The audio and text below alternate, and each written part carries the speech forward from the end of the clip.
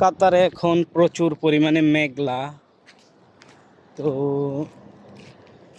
মেঘলা থাকার কারণে এই যে রাস্তাগুলো একটু ভিজা ভিজা মনে হইতেছে।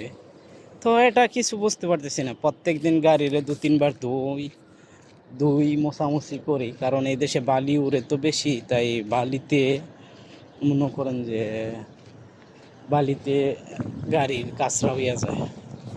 তো গাড়ির কাঁচরা হইয়া যায়, সেই কারণে গাড়ির যে উপরে বালি পড়লে, পানি পড়লে অনেকটা পরিমাণে নোংরা হইয়া যায়। সেই কারণে গাড়ি দৈনিক 3-4 বার ক্লিন করতে হয়। আজকের ভিতরে আমি 2 বার অলরেডি কইরা ফেলাইছি।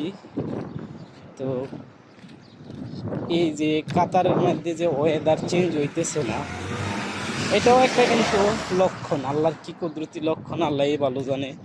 রমজান মাসে নাকি ঠান্ডা দিতেছে, এটাও জানি না সঠিক।